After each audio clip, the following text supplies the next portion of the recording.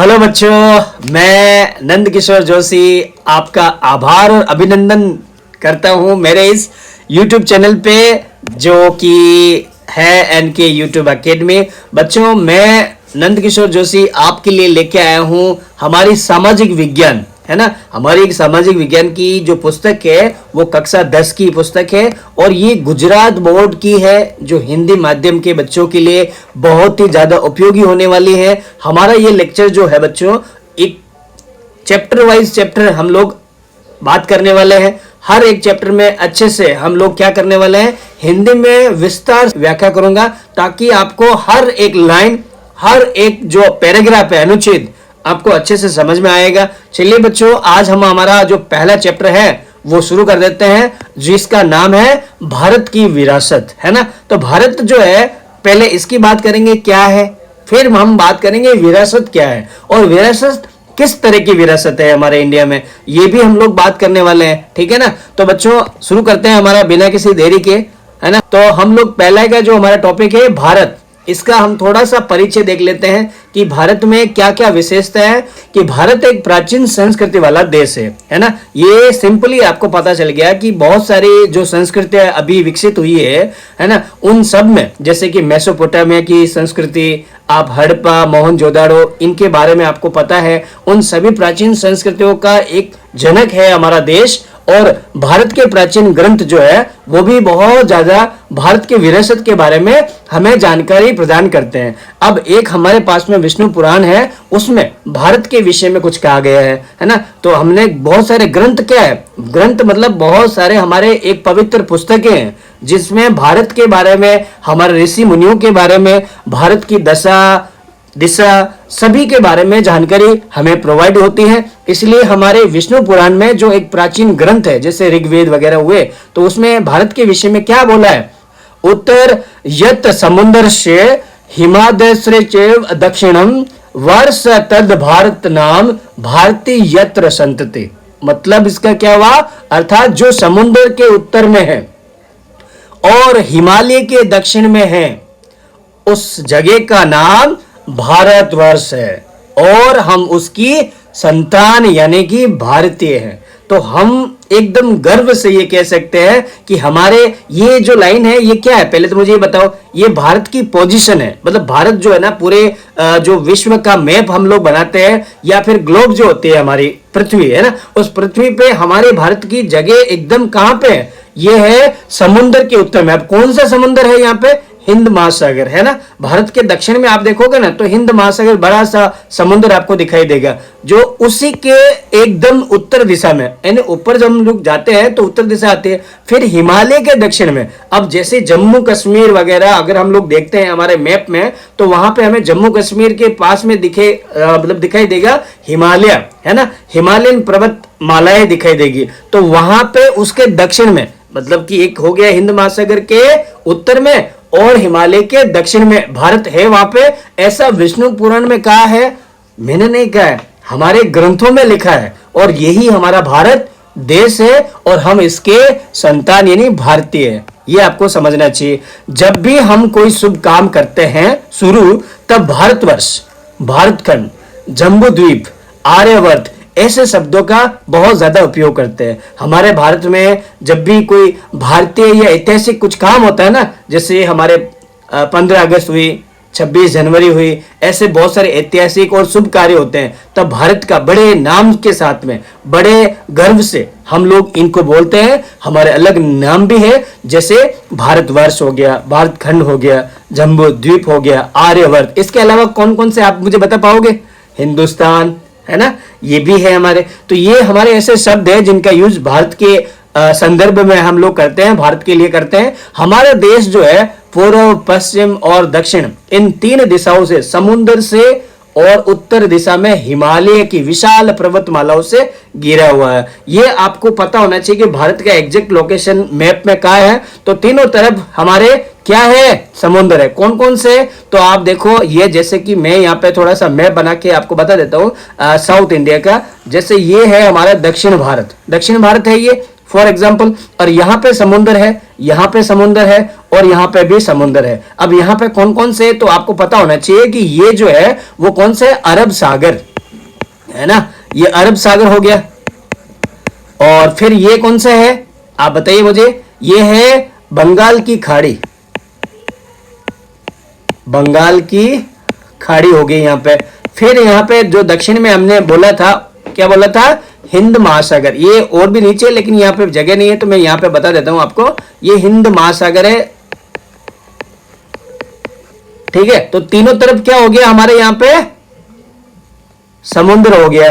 और उत्तर में अब हम अगर थोड़ा सा, ये हमारा दक्षिण भारत है, उत्तर भारत का मैं नक्शा बनाऊं ना, तो वहां पे हमें क्या दिखाई देगा, हमारा विशाल पर्वतमालाएं जो जम्मू कश्मीर से अरुणाचल प्रदेश तक फैली हुई है, ये हमको समझ में आना चाहिए। फिर आगे हम लोग बढ़ते हैं कि भारत की संस्कृति सत चित आनंद का अनुभव कराने वाली संस्कृति है। हमारे यहाँ पे सत्य चित आनंद का मतलब क्या है, सत्य यानी सत्य, जैसे महात्मा गांधी ने क्या बोला, सत्य अहिंसा, है ना। तो ऐसे सत्य पर चित यानी एकदम मन विकार हमारे इस तरह से पवित्र रहेंगे कि हम दूसरों के हमेशा मानव सेवा करते रहेंगे, शांति वाले हम लोग रहेंगे। हमेशा हमने शांति का संदेश पूरे विश्व को दिया है।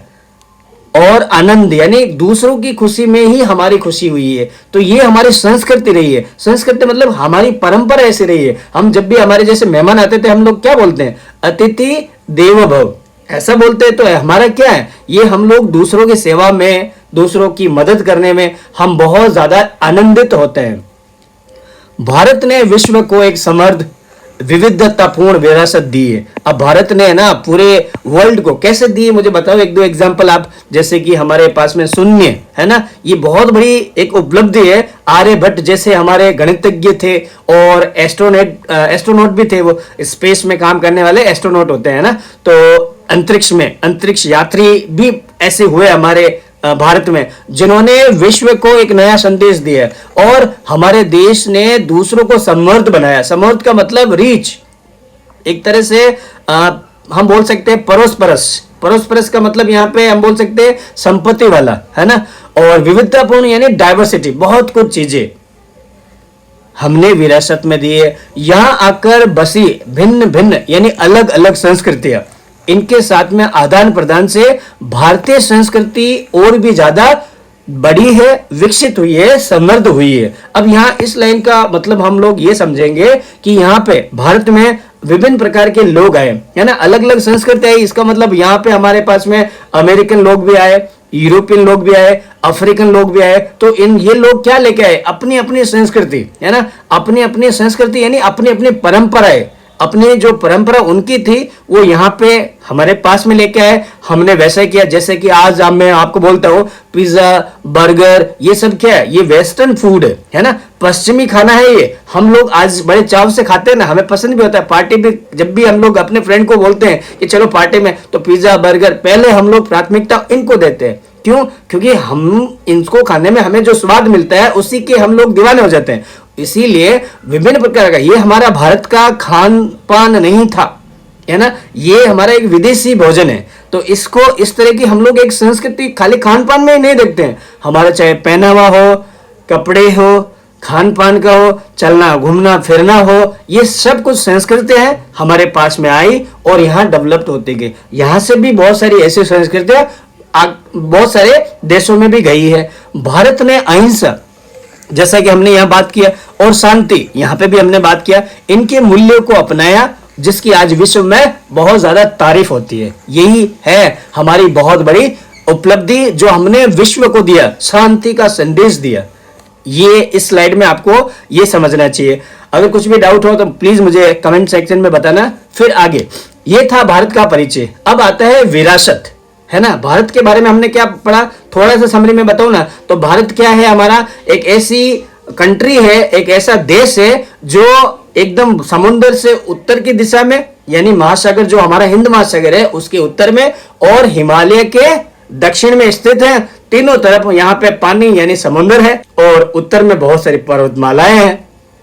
और भारत ने बहुत कुछ चीजें हमारे विश्व को प्रदान की है, ये आपको समझ में आना चाहिए। अब विरासत के बारे में हम बात करते हैं कि विरासत यानी कि बहुमूल्य भेंट। विरासत का मतलब तो यही हुआ ना, हेरिटेज। तो हेरिटेज यानी बहुमूल्य, जिसका कोई मूल्य नहीं होता है, अनमोल वो भेंट जो हमने अपने पूर्वजों से ली है और भारत का इतिहास बहुत पुराना है, वर्षों हजारों वर्ष पुराना है। हमारी ये विरासत हमारी ही पहचान है और हमारे गौरव का प्रतीक है ना। मतलब कि हमारी ये जो विरासत है, सुनने को हमने पूरे विश्व को दिखाया, हमने शांति का पाठ लोगों को पढ़ाया, हमने हमेशा जो भाईचारा है जैसे मूल्य है वो हमने पूरे विश्व में फैलाया। ये हमारी विरासत है, ये हमारी पहचान है, हमारा गौरव है, यानी इस पे हमें बहुत ज्यादा गर्व है। भारत की इस विशाल विरासत को मुख्य रूप से हम लोग दो भाग में डिवाइड कर सकते हैं, बांट सकते हैं। कौन से हुए सर वो? तो पहला हो गया, आप देख सकते हो, वो है प्राकृतिक विरासत। भारत की पहले प्राकृतिक में क्या चीजें आएगी? जो नेचुरल है, मतलब कि इसमें आपका, मेरा या किसी इंसान का रोल नहीं होता है, एकदम प्रकृति हमें प्रोवाइड करती है। जैसे आप बोलोगे पानी, तो पानी कोई मशीन नहीं बना सकती। सोइल, मिट्टी भी कोई भी मशीन यहाँ पे मैन्युफैक्चर नहीं कर सकती है। आप बोलोगे सर पानी तो आरओ फिल्टर बना देता है ना, तो भाई वो बने हुए पानी को प्योरीफाई करता है, शुद्धिकरण करता है ना, तो बनाता नहीं है। ओरिजिनल जो है वो पानी हमारा नेचर से ही आता है ना। तो वैसे सारे जो है ना, हम प्राकृतिक विरासत के बारे में बात करेंगे। दूसरा और हमारा कौन सा है? सांस्कृतिक। अब ये सांस्कृतिक जो है वो एक बनावटी और एक तरह से आर्टिफिशियल है, यानी कि हम लोगों ने, जैसे मैं राजस्थान से हूं, मारवाड़ी हूं, तो मारवाड़ी होने की वजह से मेरे यहाँ पे क्या कल्चर होगा? मारवाड़ी। अब आपको पता होगा जैसे ही मारवाड़ी होते हैं तो उसके बाद में खान पान में दाल बाटी चूरमा, तुरंत आपके मुंह में आ जाता है पानी, है ना। अब दूसरा जो, अगर मैं बोलूं कि मैं गुजराती हूं, तो आपको क्या बोलोगे मुझे कि सर खमन ढोकला, है ना। अलग अलग ये हमारा खान पान की संस्कृति है। तो पहनावा के हिसाब से भी होगी। जैसे पंजाबी की आप देखोगे ना, तो पगड़ी वगैरह वो होता है पहनावा, है ना। अलग अलग मुस्लिम कम्युनिटी का इस तरह का अलग पहनावा होता है। तो सबकी ये क्या है, पहनावा हो चाहे खान पान वेशभूषा, ये सारी की सारी संस्कृतियां है, हमारी सांस्कृतिक विरासत है ना। तो इन दोनों के बारे में डिटेल में हम लोग पढ़ने वाले हैं नेक्स्ट स्लाइड में। पहले हम लोग बात कर लेते हैं प्राकृतिक विरासत, यानी जो नेचुरल हेरिटेज है इंडिया की, वो क्या है। भारतीय प्राचीन जो हमारा देश है उसमें प्राकृतिक विरासत का मतलब ये हुआ कि ये विरासत जो प्रकृति, पर्यावरण और मानव जीवन के बीच एकदम कनेक्टेड संबंध का परिणाम है। यानी कि हमारा प्रकृति से बहुत रिश्ता नाता है, हम लोग प्रकृति पर निर्भर है। यहां तक कि हमारे अगर इतिहास आप अब देखोगे तो आदिवासी लोग जो है ना, जंगलों पर निर्भर करते थे। आज बहुत सारी ऐसी मानव जाति की, अगर आप हिस्ट्री पढ़ोगे तो पूरी मानव जाति पहले प्रकृति पर डिपेंड थी। हमारे पास में आज बहुत सारे ऐसे इक्विपमेंट हम लोग देखते हैं, रसोई का गैस है, बाटला है, चूल्हा है, जो भी है हमारे पास में, तो पहले अवेलेबल नहीं था ये। हम लोग किस पे डिपेंड थे खाने पीने के लिए? नेचर पे, है ना। तो ये हमारा एक संबंध को बताता है कि हम लोग पूरी तरह से प्रकृति पर निर्भर करते थे। यह विरासत हमें प्रकृति द्वारा मिली है, जो एक तरह से अनमोल भेंट है ना, इसका कोई मूल्य नहीं है। भारत की प्राकृतिक विरासत एकदम स्पेशल है, विशिष्ट है और विविधतापूर्ण है, यानी कि बहुत ज्यादा डाइवर्सिटी, अलग अलग है। कैसे अलग अलग है, हम लोग बात करते हैं कौन कौन सी चीजें इसमें। तो प्राकृतिक विरासत में सबसे पहले आता है भूदृश्य यानी लैंडफॉर्म्स या लैंडस्केप, यानी कि अलग अलग आपको, जैसे यहाँ आपको दिखाई देगा कभी पर्वत दिखाई देगा। इंडिया में अगर हम पूरी ऑल ओवर इंडिया की बात कर रहा हूं, मैं गुजरात बोर्ड की ये टेक्स्ट बुक में है तो गुजरात की बात नहीं कर रहा हूं मैं, अगर पूरे ऑल ओवर इंडिया की बात करूं ना, तो आपको अलग अलग लैंडस्केप दिखाई देंगे, भूदृश्य लैंडफॉर्म। जैसे आपको उत्तर में आप देखोगे, उत्तर दिशा की तरफ, तो वहां पर्वत मालाएं आपको दिखाई देगी। फिर हम अगर मध्य भारत में देखें तो वहां पे आपको दिखाई देगा पठार, है ना, प्लेट्यूज जिसे बोलते हैं, प्लेट्यूज, वो दिखाई देगा। फिर इन दोनों के बीच में गंगा के आसपास जो रिवर है, नदी है हमारी, वहां पे आप देखोगे तो मैदानी भाग दिखाई देगा। फिर आप और साउथ में जाओगे तो वहां पे कोस्टल एरिया, यानी कि जो हमारा जैसे डुमस वगैरह जो होता है ना, बीच, तो बीच वाला एरिया भी आपको पूरा सूरत से लगा के केरला तक दिखाई देगा। अलग अलग ऐसे बीच, ये सारे क्या है, ये हमारे लैंडस्केप है। ये आर्टिफिशियल नहीं होते बच्चों, ये प्रकृति बनाती है ना। तो इसके बारे में हम लोग बात करते हैं कि हमारी जो जमीन है, भूमि के विभिन्न आकार मिलकर भूदृश्य का निर्माण करते हैं। इसका सबसे बड़ा उदाहरण जो है ना, हिमालय पर्वतमाला है, हिमालय पर्वत है। हिमालय भारत की उत्तर दिशा में एक दीवार की तरह खड़ा है, हमारी रक्षा करता है और बहुत उसमें ऊंची चोटियां हैं, बर्फीले ग्लेशियर्स है और घने वन वहां पे आपको दिखने को मिलेगा। हिमालय से कई नदियां जो है ना वहां से निकलती है और हमारे देश को समृद्ध बनाती है। यानी कि भारत क्या है, कृषि प्रधान देश है ना। तो भारत किस पर निर्भर है? ज्यादातर अगर आप देखोगे ना, मोर देन 60%, 60% से ज्यादा लोग है ना खेती पर मतलब एक तरह से आश्रित है। तो अगर आश्रित है खेती पर, तो यहाँ पे क्या मिलेगा लोगों को? पानी चाहिए। तो पानी कहां से आएगा? रेनफॉल से सर, बारिश से आ जाएगा। लेकिन बारिश यहाँ पे परमानेंट सॉल्यूशन नहीं है, क्योंकि कभी कभी ऐसा होता है बहुत ज्यादा बाढ़ आ जाती है, बारिश बहुत ज्यादा हो जाएगी, और कभी कभी नहीं होती है। लेकिन नदियां जो है ना, हमारे हिमालय की नदियां, वो हमेशा सदाबहार पानी लेके आती है। ये आपको समझना चाहिए। इसको थोड़ा समझ लेते हैं पहले कि यहाँ पे अगर हम लोग बात करें ना, तो अलग अलग आपके लैंडस्केप दिखाई देंगे। इसमें हिमालय जो है वो पहला एग्जाम्पल है हमारा, और उत्तर दिशा में ये दीवार की तरह इसलिए खड़ा है क्योंकि ये हमारे देखो जो बाहरी आक्रामक लोग हैं, जो हमारे ऊपर हमला करने वाले प्रजातियां हैं, देश हैं, तो उनसे रक्षा करता है, क्योंकि नेचुरल बाउंड्री ये बन जाता है। दूसरा जो साइबेरिया है, इसके उत्तर में, अगर आप हिमालय के उत्तर की दिशा में आप और जाओगे ना, रशिया के साइड में, रूस की तरफ, तो वहां पे साइबेरिया है। साइबेरिया से बहुत ज्यादा ठंडी हवाएं आती है हमेशा, और विंटर का मौसम, सर्दियों का मौसम, तो ठंडी हवाओं से भी ये रक्षा करता है। तो एक रक्षक की तरह ये खड़ा है ना। इसमें बहुत सारी ऊंची ऊंची चोटियां हैं। चोटियां मतलब पीक है। अब बड़े बड़े यहाँ पे पर्वत की मालाएं हैं, तो मालाओं के सबसे ऊंची ऊंची कुछ चोटियां भी होती है, जैसे माउंट एवरेस्ट हुआ, है ना। हमारे इंडिया की कौन सी है, मुझे ये आप कमेंट सेक्शन में बताओगे। जो माउंट एवरेस्ट में बोल रहा हूं ना, वो पूरे वर्ल्ड की है, वो हमारे इसी हिमालय पर है, आपको ये पता होना चाहिए। फिर यहाँ पे बर्फीले ग्लेशियर है, यानी कि स्नो वाले ग्लेशियर, जहां से नदियां जो है वो निकलती है, और यहाँ पे आपको डेंस फॉरेस्ट यानी घने जंगल भी देखने को मिलेंगे, और यहाँ से ही बहुत सारी नदियां, हिमालय की नदियां निकलती है। तो ये भूदृश्य वाला एक हो गया, प्राकृतिक विरासत हमारी। फिर और क्या है सर? दूसरी है नदियां, यानी रिवर्स में हम लोग बात करते हैं कि प्राचीन काल से ही भारत में नदियां प्राकृतिक मार्ग प्रदान करते रही है ना। नेचुरल एक रास्ता भी दिखाती है लोगों को कि ये रिवर वहां तक जाएगा। अब लोग है ना इसी को रास्ता भी मान लेते थे।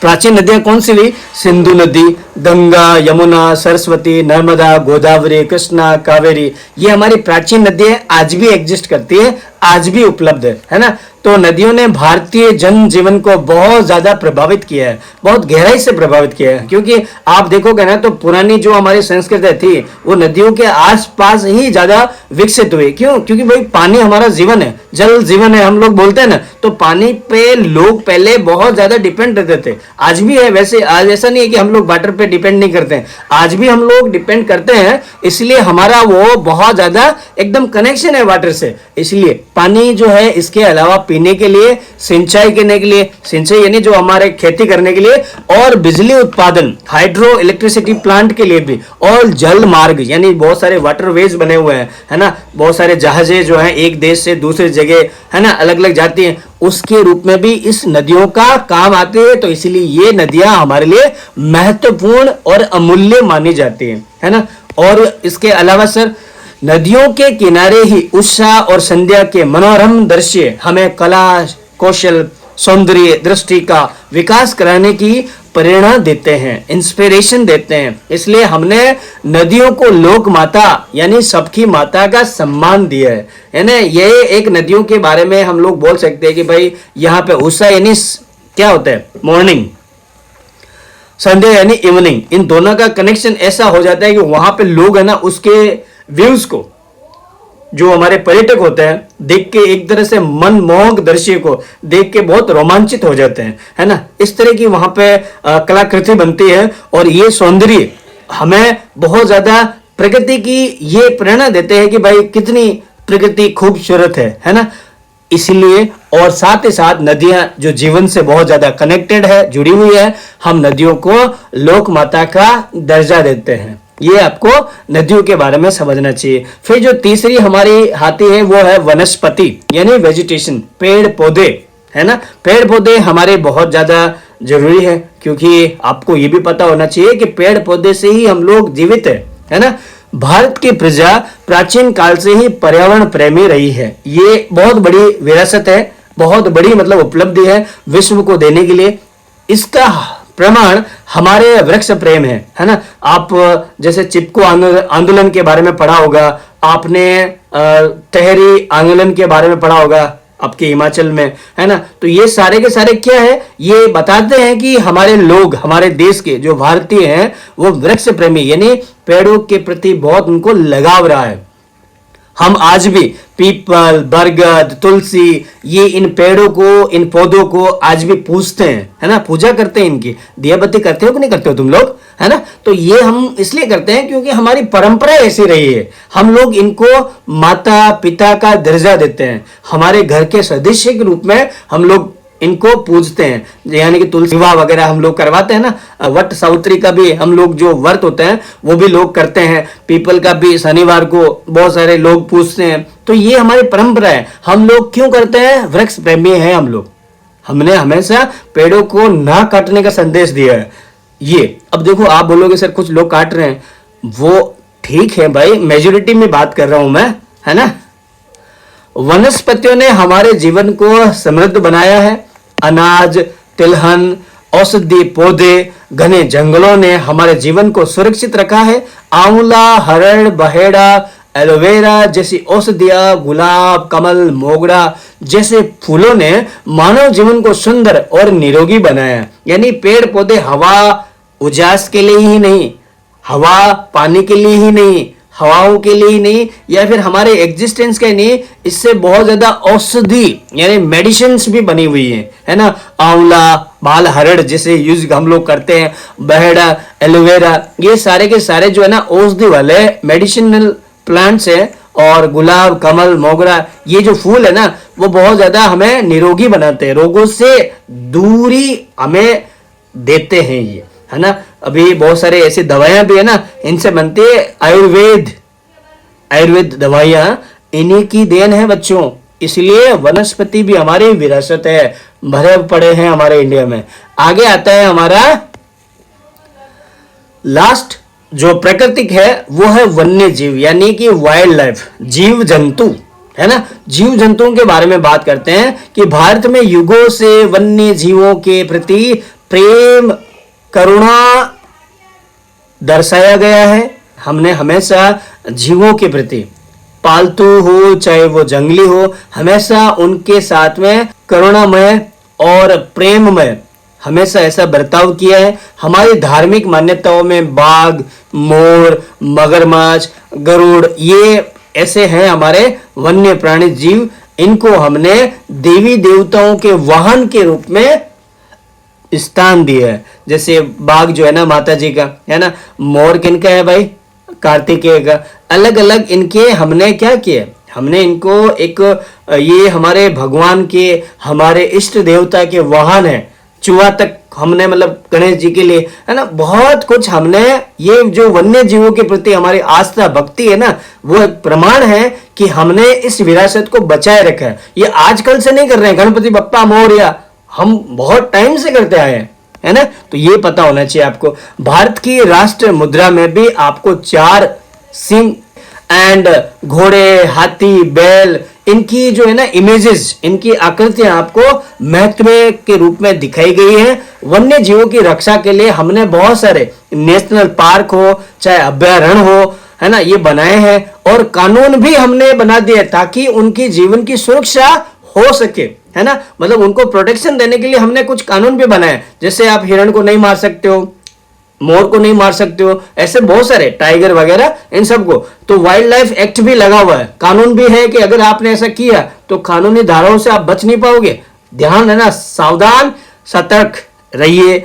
इस तरह का संदेश हमने दिया है ताकि क्या, हम हमारे धरोहर को, हमारी विरासत को आगे बढ़ा सके। वरना क्या होगा कि आने वाले जो जनरेशन होगी ना, आपके बच्चे के बच्चे, तो वो देखेंगे इमेजेस में कि सर ये देखो ऐसा मोर हुआ करता था भारत में, ये देखो। और बहुत सारे ऐसे पहले हमारे राइनो के साथ में, टाइगर्स के साथ में ऐसा हुआ है। इसलिए हमने प्रोजेक्ट टाइगर, प्रोजेक्ट राइनो ये सब स्टार्ट किए इनकी रक्षा करने के लिए। इसीलिए कानून सामने आए 1972 में।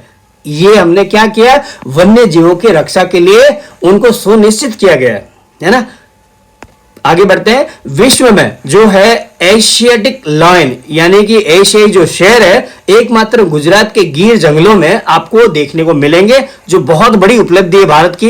ये हमारी प्राकृतिक विरासत का एक अनूठा प्रतीक है ना, सिंबल है। ये यहाँ प्रतीक प्रतीक लिखा है, सिंबल है ना। तो भारत में ये आप देखने को मिलेगा जो कहीं नहीं है, ऐसी विरासत हमारे पास में है। ये तो बहुत कम है, मतलब बहुत कुछ ऐसी आपको दिखाई देगी। फिर दूसरा है, हमने पार्ट 2 में हमने पहले क्या बोला, प्राकृतिक विरासत है ना भारत की। अब हम लोग बात करेंगे कल्चरल जो हेरिटेज है इंडिया की, वो क्या है। सांस्कृतिक विरासत यानी मानव सर्जित विरासत, यानी मानव द्वारा बनाया हुआ विरासत। मानव सर्जित यानी मानव ने जो विरासत बनाई है, जैसे मैंने अभी दाल बाटी का बोला, खमन ढोंगला का बोला, ये मानव सर्जित ही है ना सारे के सारे। किसने बनाया? मशीन, इंसान बनाएगा ना ये सब चीजें। तो ये जो मानव जो ने बनाया वो विरासत हम लोग बात करेंगे सांस्कृतिक विरासत की। ये वह विरासत है जो मनुष्य ने अपनी बुद्धि से, योग्यता से, कलाकृति से, कौशलता से हासिल करके बनाया है, इसका सृजन किया है। सृजन यानी निर्माण किया है, बनाया है। आर्यों से लेकर शक, क्षत्रप, कुषाण, हूण, ईरानी, तुर्क, अरबी, मुगल, फारसी, अंग्रेज, फ्रांसीसी तक अनेक विदेशी प्रजातियां भारत में आई और चली गई। इन सभी के बीच हुए सांस्कृतिक आदान प्रदान, क्योंकि ये लोग आए तो कुछ लेके आए और यहां से गए तो कुछ लेके गए। तो आने जाने की परंपरा में जो इनके साथ में जो हमारा एक्सचेंज हुआ, वो भारत की संस्कृति की रंग बिरंगी और समृद्ध और ज्यादा उसमें निखार आता गया है ना, और ज्यादा वो पनपती गई। ये सभी प्रजातियां कौन सी, आर्य, शक, क्षत्रप, कुषाण वगैरह, ये सारी की सारी प्रजातियां एक दूसरे में इस तरह से घुल मिल गई कि उनका कोई स्वतंत्र अस्तित्व ही नहीं रहा। मतलब कि वो अकेले हैं कि नहीं है, जैसे कि मतलब आप आगे थोड़ा सा मैं पढ़ लेता हूं, बाद में बताता हूं। इनका कोई खुद का अस्तित्व भी नहीं रहा, अर्थात उनका भारतीयकरण हो गया। मतलब कि जैसे मैं हूं, मान लो कि हम लोग स्टेट टू स्टेट बात करते हैं, एक राजस्थान एक गुजरात। अब मैं राजस्थान से यहाँ आया तो मुझे लग ही नहीं रहा है यहाँ के लोग इतने अच्छे हैं कि मैं मेरे घर में हूं, यानी कि राजस्थान में होम टाउन में हूं या यहाँ पे हूं, तो मुझे ऐसा लग रहा है कि भाई मैं मेरे ही राजस्थान में हूं। ऐसे कनेक्शन बढ़ते गए। जो लोग शक थे, क्षत्रप थे, कुषाण थे, अपने अपने देश से यहाँ आए थे, वो सब भारतीयता को, भारत को अपनाया। वो सब यहां घुल मिल गए, उन्हें ऐसा लगा कि हम लोग सब क्या है, भारतीय। ऐसा भारतीयकरण हो गया उनका, है ना, एक तरह से समावेश हो गया उनका। फिर आगे बढ़ते हैं। हमारे भारतीय विरासत में मंदिर, शिलालेख, स्तूप, विहार, चैत्य, मकबरे, मस्जिद, किले, गुंबद, राजमहल, दरवाजे, ऐतिहासिक स्मारक शामिल है। हमारे स्वतंत्रता संग्राम के ऐतिहासिक स्थल जैसे साबरमती आश्रम हो गया, आपका दांडी हो गया, शांति निकेतन हो गया, इन सभी ने सांस्कृतिक विरासत का एक बेजोड़ हिस्से है हमारे, ये है ना। ये सारे के सारे आज मतलब ये सब क्या है, मानव सर्जित विरासत है भाई, है ना। चाहे वो महल हो, चाहे वो डोम हो, पैलेस हो, गेट हो, या कोई भी चीज, इमारत हो, ये सब भारत में मानव सर्जित है, इसलिए इन्हें सांस्कृतिक विरासत है। आज आप देखोगे ना तो बहुत सारे, जैसे दिल्ली का जो लाल किला है ना, लाल किले की अगर मैं बात करूं तो वो मुगल एम्पायर में बना था, इन्हें मुगलों ने बनाया था। तो वो मुगलों ने बनाया तो कहां से, मंगोल से और अरब देशों के, उनकी वहां पे कलाकृति आपको दिखाई देगी। ताजमहल आप जाओगे ना, आप गए भी हो तो वहां आप या इमेजेस में आप देख सकते हो, नहीं गए हो तो उनकी जो है ना स्टाइल जो आप देखोगे ना, बनावट का जो लुक है ना, वो थोड़ा वहां हमारे देश का नहीं है, विदेशी है ये। तो वो उन सब का क्या हुआ, भारतीयकरण हो गया, समावेश हो गया इस तरह से। नेक्स्ट, अब हम लोग पढ़ चुके हैं हमारी सांस्कृतिक विरासत, प्राकृतिक विरासत। थोड़ी सी गुजरात की विरासत के ऊपर हमारी दृष्टि डाल देते हैं। गुजरात में क्या है, तो गुजरात ने भी भारत की सांस्कृतिक विरासत को बहुत ज्यादा गौरवान्वित किया है, आगे बढ़ाया है। ठीक है ना, कैसे, यहां देखो, प्राचीन नगरों की अगर हम बात करें ना, प्राचीन नगर यानी बहुत पुराने शहर, पुराने शहरों में अगर बात करें गुजरात के स्पेशल कॉन्टेक्स्ट में, तो लोथल, रंगपुर, धोलावीरा, जो आज यूनेस्को वर्ल्ड हेरिटेज साइट के रूप में भी मानी जाती है, सिंधु घाटी सभ्यता के अवशेष, ये सारे के सारे क्या थे, पहले पुराने शहर थे जो गुजरात में है, अभी भी है ये, है ना। तो ये गुजरात की देन है इस विरासत को, भारत की विरासत को गुजरात की क्या देन है भाई, बताओ। तो शहर है सर लोथल, धोलावीरा और ये रंगपुर, आप चले जाओ ये कहाँ है आप गूगल मैप से कर सकते हो। तो ये हमारे यहाँ पे गुजरात में है, ये मतलब एग्जैक्ट कहाँ है वो आप देख सकते हो, है ना। लोथल तो मतलब एक तरह से पोर्ट भी था बंदर का, है ना, वहां पे शिप वगैरह उगती थी, जहाजें छोटे मोटे, तो ये था। और रंगपुर धोलावीरा जो है ना आपके, आप देखोगे काठियावाड़ साइड में आपको मिलेगा, अमरेली साइड में, है ना।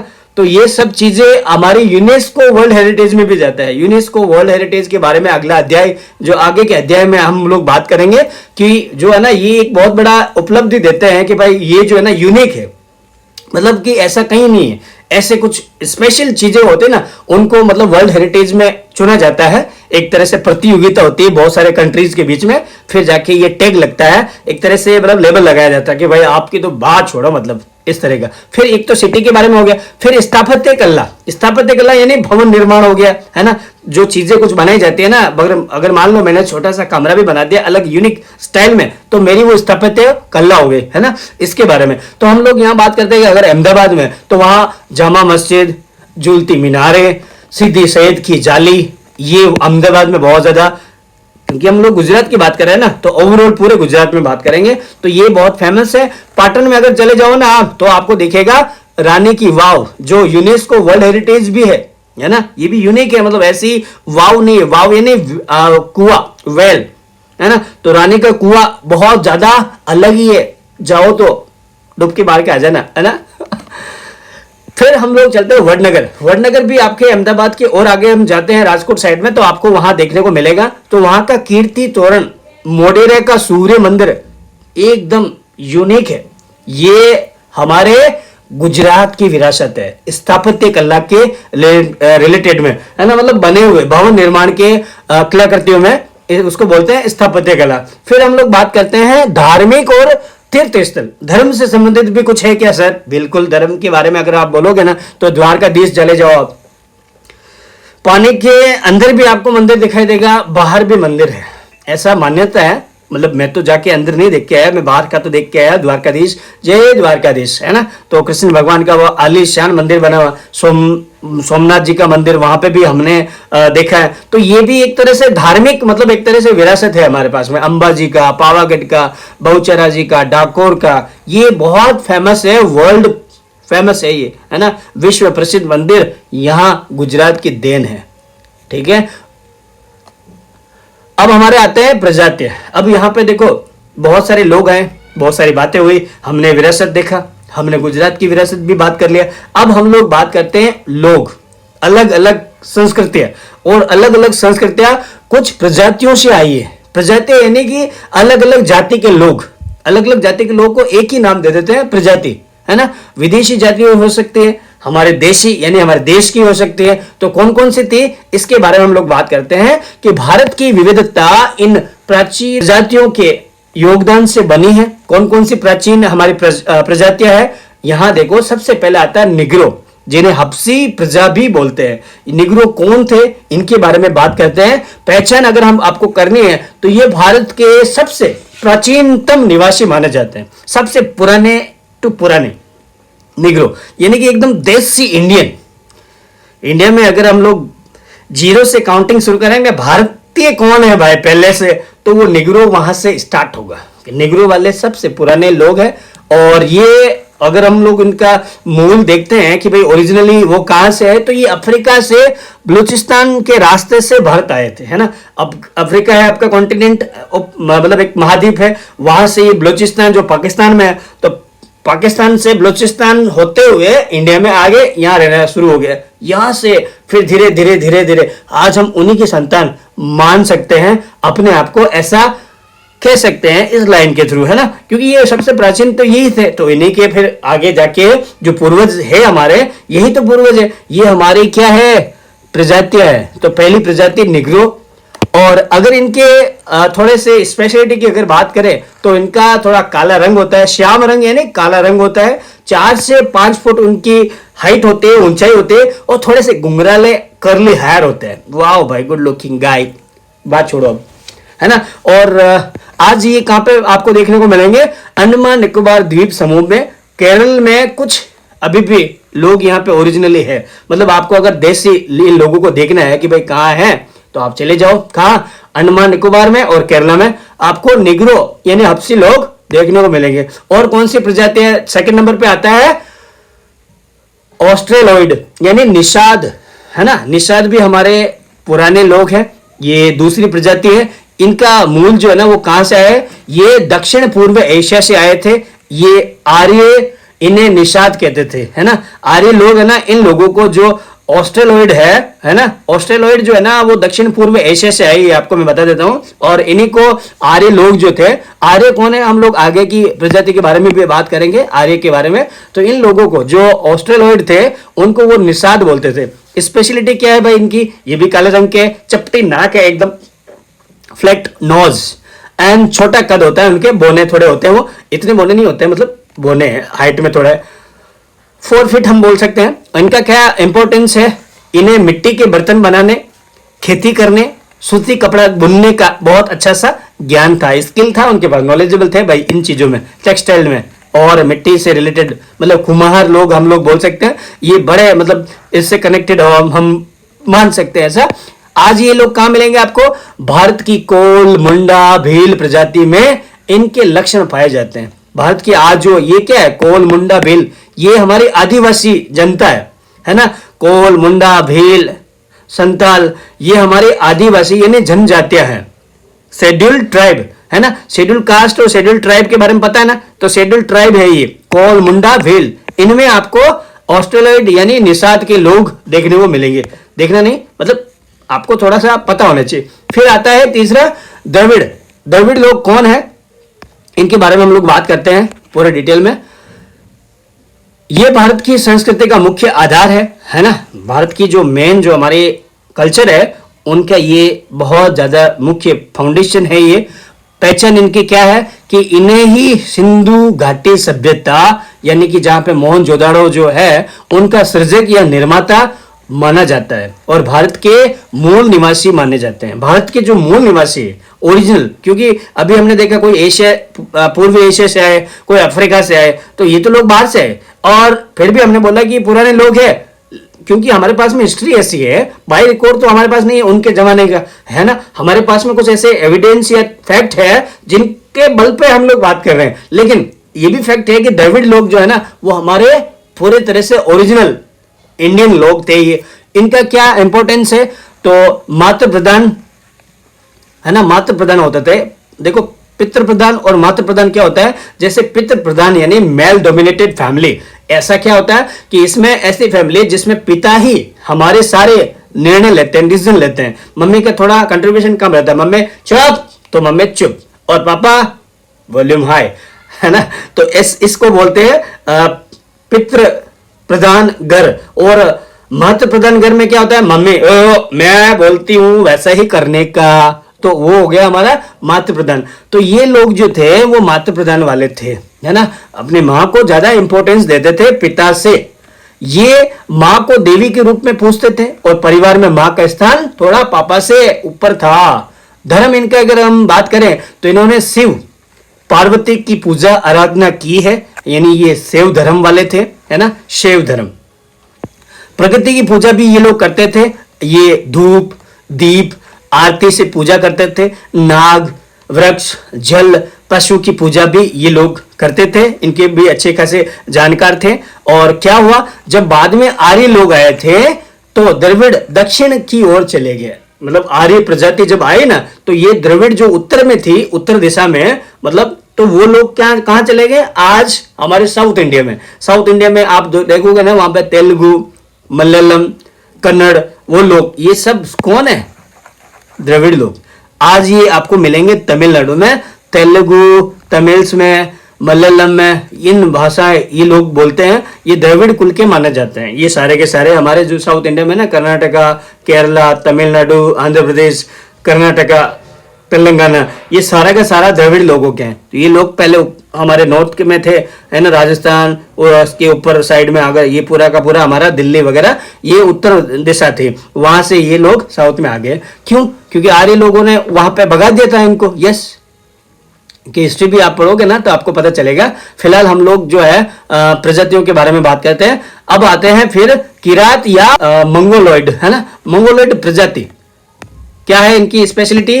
तो ये उत्तर पश्चिम चीन से तिब्बत होते हुए भारत में प्रवेश करके आए। स्पेशलिटी की अगर बात करें तो इनका थोड़ा कलर कॉम्प्लेक्शन था ना, वो थोड़ा येलो था, येलोइश, यानी कि एकदम फेयर हैंडसम लगा के ये आए थे। मुझे लगता है फेयर लवली इन्हीं की देन है। मैं मजाक कर रहा हूँ। चपटा सा चेहरा था, चपटी नाक थी, बादाम जैसी एकदम आंखें थी इनकी। ये इनका मतलब एक स्पेशलिटी है पहचान करने की। आज आपको कहाँ मिलेंगे ये? उत्तर पूर्वी भारत में चले जाओ आप, 7 सिस्टर स्टेट्स जो है, आसाम में, सिक्किम, नागालैंड और लद्दाख में आपको ये लोग देखने को मिलेंगे मंगोलॉइड। और सर नेक्स्ट है हमारे अल्पाइन, डिनारिक और आर्मेनॉइड। ये भी प्रजातियां हैं, ये इनके बारे में भी हम लोग बात करते हैं। ये जो है मूल रूप से मध्य एशिया से भारत में आई हैं और आज आपको महाराष्ट्र में, बंगाल में, उड़ीसा में, गुजरात में, जो स्पेशली हमारे सौराष्ट्र में आपको देखने को मिलेगी डिनारिक, आर्मेनॉइड, अल्पाइन। ये लोग वहां से मध्य एशिया से आए थे, है ना। एशिया हमारा महाद्वीप है, मध्य एकदम सेंट्रल एशिया से ये लोग आए हैं। आज ये सारे के सारे कहाँ हैं? आपको इंडिया में हो गए ना, मतलब विदेशी जो हमारी प्रजातियां है वो भारत में पूरी तरह से भारतीयकरण हो गया इनका, है ना। ये लोग आज भी आपके अवेलेबल है, बहुत टाइम के हैं ये लोग, है ना। तो उस वजह से ये सब चीजें समझना चाहिए। अब जो है ना आपके बहुत ज्यादा इंपॉर्टेंट है आर्य लोग, है ना। आर्य लोगों की हिस्ट्री बहुत ही इंपॉर्टेंट मानी जाती है। हमेशा गुजरात बोर्ड एक दो क्वेश्चन उठा लेता है, तो यहाँ पे थोड़ा सा फोकस करके पढ़ लेना, यहाँ ध्यान देना, आप लोग कंसंट्रेशन पूरा करना कि पहचान इनकी अगर हम करें तो ये सबसे विकसित थे, है ना, डेवलप्ड थे ये सारे। मतलब इनके पास में हथियार, खान पान के सामान अच्छे खासे थे। इन्होंने ही आर्य संस्कृति का निर्माण किया। जो आर्य संस्कृति है, आज हम लोग आर्य संस्कृति को मानते हैं और हम लोग एक्सेप्ट करते हैं, हम बोलते हैं गर्व से कि हम लोग आर्य प्रजाति के लोग हैं। ये संस्कृति है, इन लोगों ने वो विकसित की। मूल हमारे आर्य लोग, जो नॉर्डिक भी एक उनको नाम मिलता है। इनका क्या योगदान है? प्रकृति की पूजा करना, प्रकृति से प्रेम करना, सूर्य, वायु, वर्षा की पूजा करना। इन्होंने वेदों की रचना की और यज्ञ हवन जैसे परंपरा है ना, उनकी शुरुआत की। आज भी हम लोग यज्ञ हवन करते हैं ना हमारे घरों में, तो हम लोग ऐसा मानते हैं कि हम लोग आर्य लोग हैं, इसीलिए तो करते हैं। आर्य लोगों के जो आगे के जो हमारे इनके जनरेशन थे ना, उन्होंने ये सब शुरू करते गए। आज भी हम लोग करते हैं। हम लोग इसीलिए बोलते हैं कि भाई हम लोग आर्य है। मैं नहीं बोल रहा हूं, ऐसा हमारा इतिहास बोल रहा है। सबसे महत्वपूर्ण बात क्या है? आर्य जब भारत आए तो वे यहाँ के द्रविड़ों जो हमारे नॉर्थ में थे और अन्य जो प्रजातियां थी अवेलेबल, जो हमने अब तक बात की, इन सब के साथ में ये घुल मिल गए। इस समन्वय यानी इंटीग्रेशन का इनका जो मिलाप है, इंटीग्रेशन यानी समन्वय यानी मिलाप से ही आज की भारतीय संस्कृति का जन्म हुआ। आज हम लोग इसीलिए द्रविड़ के भी लोग हमारे पास में हैं और बाकी जो भी हमने प्रजातियां पढ़ी ना, ये सारे के सारे का हमारा यहाँ पे क्या हो गया? समन्वय हो गया, इंटीग्रेशन हो गया, मिलाप हो गया, है ना बच्चों। तो ये था हमारे कुछ प्रजातियों के बारे में। अब आपने अगर सीखा कि भाई प्राकृतिक विरासत भी बहुत इंपॉर्टेंट है ना, जो नेचर हमें प्रोवाइड करती है। फिर हमने सांस्कृतिक विरासत भी देखा, है ना। और फिर गुजरात की स्पेशल जो विरासत है, चाहे वो सिटी के से रिलेटेड हो, चाहे वो हमारे रिलीजन से रिलेटेड हो, चाहे वो पोर्ट से रिलेटेड हो, ये सब कुछ देखा हमने। तो इनका संरक्षण करने की हमारी जिम्मेदारी है कि नहीं है? बोलो आप। बिल्कुल बचाना चाहिए, क्योंकि आप अपने आगे की जनरेशन को क्या दिखाओगे, है ना। तो ये हमारे सामने बहुत बड़ा एक चैलेंज बन जाता है। इसका हमें बहुत ज्यादा सॉल्यूशन भी करना चाहिए। तो हमारी विरासत हमारी शान है, पहचान है, हमारी नाम है, हमारी एक नाक है ना। मतलब एक तरह से इमेज है भाई, इसे बचाना हमारा परम कर्तव्य है ना। इसलिए सबसे महत्वपूर्ण जो पॉइंट है यहाँ पे, वेरी इंपॉर्टेंट, ये चीज आपको थोड़ा सा पढ़ लेना है। भारतीय संविधान के अनुच्छेद 51 में जो 51 आर्टिकल है अलग अलग हमारे भारतीय संविधान के, उसका 51 के है ना, ऑब्लिक मतलब ऐसा अलग अलग मतलब सब क्लोज भी दिए हुए हैं, पार्ट 1 पार्ट 2 ऐसे। तो 51 के बोलता है कि नागरिकों के मूल कर्तव्य बताए गए हैं, है ना। मतलब हमारे जो फंडामेंटल ड्यूटीज दी हुई है 51 ए में या के में, है ना। तो इसमें हमारा कर्तव्य बनता है कि हमें हमारी विरासत का क्या करना चाहिए? संरक्षण करना चाहिए। ये हमारी जिम्मेदारी है। इसमें यह भी कहा गया है कि हमारी समय की संस्कृति यानी जो मिली जुली विरासत है, इसकी समृद्ध विरासत का महत्व हमें समझना चाहिए। इसीलिए इस चैप्टर को हम लोग समझ रहे हैं, हमारी ड्यूटी है पढ़ने के लिए, यार मतलब मैं आपको पढ़ा रहा हूं या टीचर पढ़ा रहा है आपको, वो आपको नहीं करना है। आपकी भी ड्यूटी है कि आप अपनी विरासत को हमेशा संरक्षित रखें,